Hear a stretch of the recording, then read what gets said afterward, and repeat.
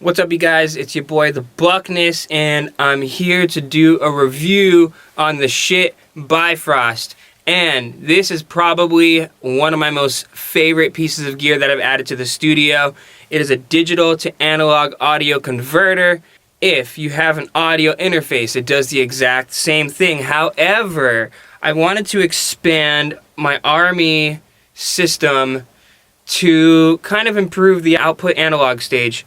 Just along the way, I've just felt like something was missing, and I've just been on this discovery for just trying to get the most optimized system in my space with my gear, with these particular speakers that I'm using.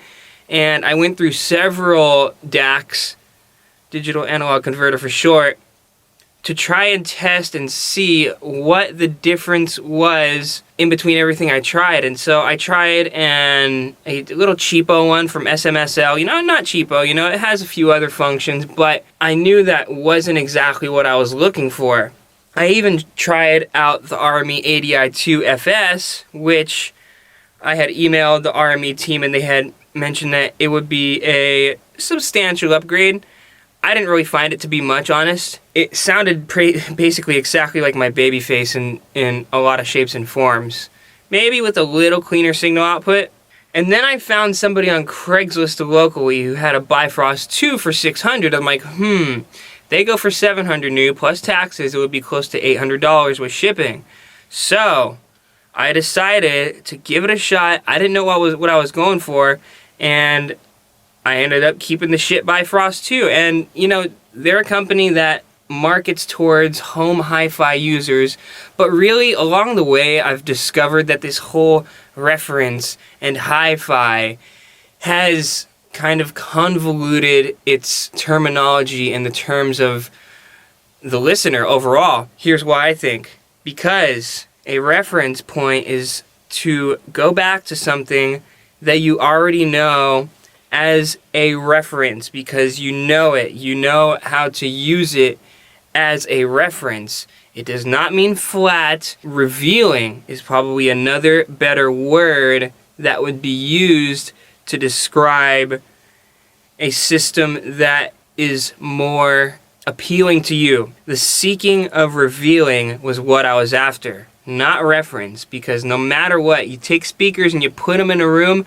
it's not going to be flat. It may be a reference, but it's not going to be flat.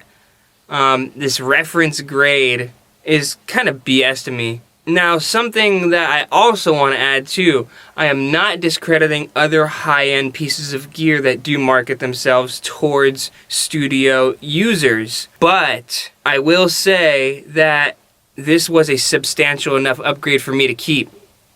Now, there are other options that are a little more expensive that do similar things but also do additional things, like let's use even some of the studio stuff, for example, like the Crane songs, the Dangerous Music, the Burrows, the Lynx, and but I did not want to force that much chunk of change when I had a feeling that there was other tests to be made. Now, I think with this upgrade, it's been substantial enough in here to where I am keeping it. The things that I've noticed with the sound, as opposed to the Army Babyface Pro, is that the low-end frequency separations opened up. I mean, from like 50 hertz to 100, 100 to 120, 120 to 250, 250 to 5. I mean, literally, there's so much more separation with instruments and stereo imaging that it was pretty much a game changer within 10 minutes. It wasn't a question of, do I know what I'm hearing?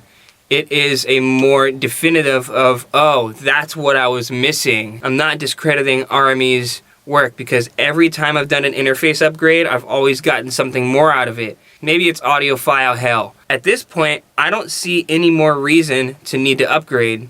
If there was anything I for sure feel like was the big improvement, the entire frequency response separation from the low end to the low mids to the upper bass to the lower treble.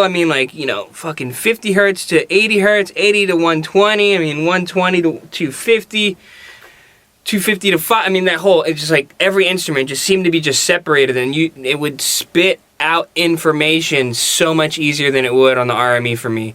And maybe that's just my ears, maybe that's just my experience, but for the price, Oh, it is smoking Joe good. Whenever low mids were separated too far out, that was a lot more apparent than the RMEs, that's for sure. I mean, when I was mixing on the interface only, I was still trying to be like, what is missing from here? And adding the DAC solved all of that. And I'm not going to discredit anything or any other company for what they do, because one, the Babyface Pro is a kick-ass unit, and some of the higher end DACs, I'm sure they are really good. But for the price, this thing is freaking awesome. I mean, for 700 something with tax new, there's other stuff in this price range too, like the higher end topping stuff, the, decent grade SMSL. I think Audio GD is just right outside this price bracket for their entry-level DACs, but they're all different types of circuitry and they use different chipsets. And I don't want to get into the finer details of that. However, I will say, I'm really happy with this unit. I don't need to test anything else. There's no need. When I plugged these into the Barefoots, it was a night and day difference. When I plugged them into the Genelecs, it wasn't as apparent. So it really depends on your system. It is system dependent. I truly, truly believe that. Even the cable upgrade I did, it was definitely more apparent on the Genelecs as opposed to the Barefoots. It's system dependent really on kind of your whatever upgrades you decide to do along the line. And I upgraded the audio cables, not the power cables. That's an audiophile rabbit hole I do not want to go. But I will say, building my own cables was mad fun. However, this review is not on that. I'm going to do another video some other day to test and go through that in a little more detail. So, with that being said, I hope you guys enjoyed this video. You guys can find me anywhere, the Buckness Official, Facebook, YouTube, SoundCloud, Instagram, Spotify, YouTube. Did I say YouTube?